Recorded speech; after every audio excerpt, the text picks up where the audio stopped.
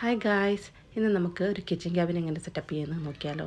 ഈ പ്രോഡക്റ്റ് ഞാൻ വാങ്ങിച്ചത് തെമുവിൽ നിന്നാണ്.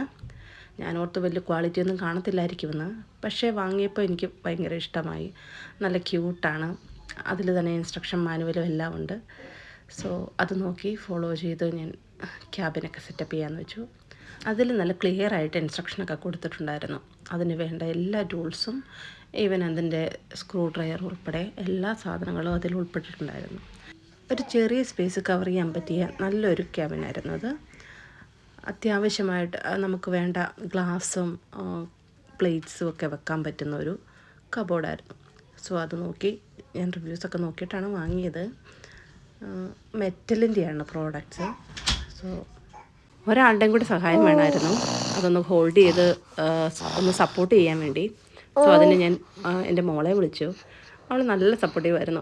അവൾ ഭയങ്കര ഇൻട്രസ്റ്റിംഗ് ആയിരുന്നു ഇങ്ങനത്തെ കാര്യങ്ങളൊക്കെ ക്രിയേറ്റ് ചെയ്യാനും. എൻ്റെ ചെറിയ ക്രിയേറ്റിവിറ്റിയൊക്കെ അവൾക്കും കിട്ടിയിട്ടുണ്ട്. പിന്നെ നല്ലതല്ലേ മക്കളെ ഇതൊക്കെ കാണിച്ച് വളർത്തുന്നത്. നമ്മുടെ നാട്ടിൽ കിട്ടുന്ന പോലെ റെഡിമെയ്ഡായിട്ട് ഇവിടെ സാധനങ്ങളൊന്നും കിട്ടില്ല. സോ ഇങ്ങനത്തെ സാധനങ്ങളൊക്കെ ഇൻസ്ട്രക്ഷൻ മാനുവൽ നോക്കി തന്നെ വേണം നമ്മൾ ചെയ്യാൻ. സോ മക്കളും കണ്ട് പഠിക്കട്ടെ, അവർക്കും ഫ്യൂച്ചറിൽ അത് പ്രയോജനപ്പെടും. ഇതാണ് ഫൈനൽ ലുക്ക്. നല്ല സ്പേഷ്യസ് ആയിട്ട് എനിക്ക് തോന്നി. അത്യാവശ്യ സാധനങ്ങളൊക്കെ ഗ്ലാസ്, പ്ലേറ്റ്സ്, നമ്മൾ കഴുകി വെക്കുന്ന ഗ്ലാസും പ്ലേറ്റ്സും എല്ലാം അതിലൊരു ചെറിയ വൈറ്റ് കളറിലെ ട്രേ ഉണ്ട്.